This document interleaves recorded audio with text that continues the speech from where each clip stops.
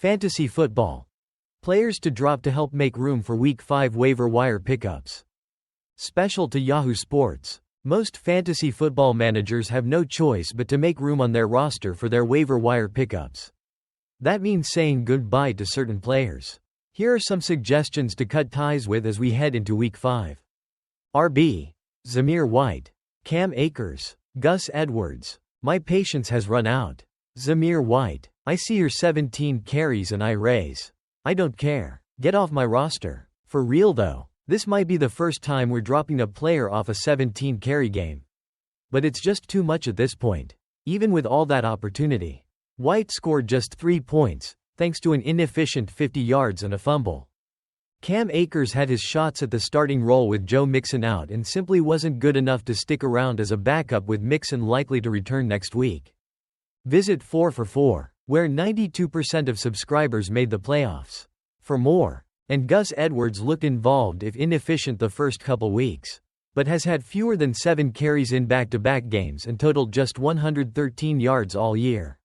There are insurance backs with more upside out there. QB. Matthew Stafford.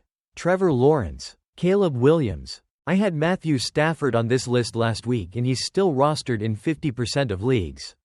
Let's get that down to SUB 50 so I can move on.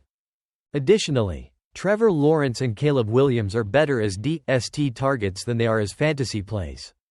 Unless you're in a 2 QB format. Move on from both guys. Also, Kirk Cousins is very close but has some good matchups coming up. Holding out hope. Dalton Schultz. I think we're there on Dalton Schultz.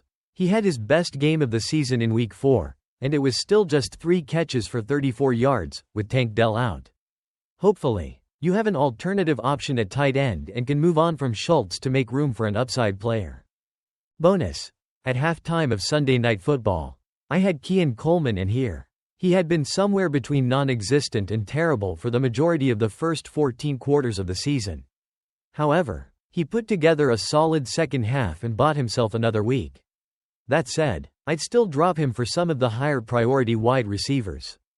More analysis from 4for4, Fantasy Football Recap Week 4 13 Things You Need to Know. This article was originally published on 4for4.com. Matt is nearing a decade of experience in the fantasy football content space.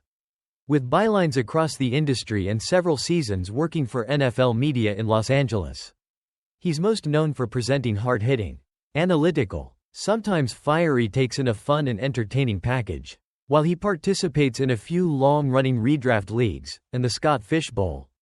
Matt's true passion is dynasty, with a healthy garnish of best ball.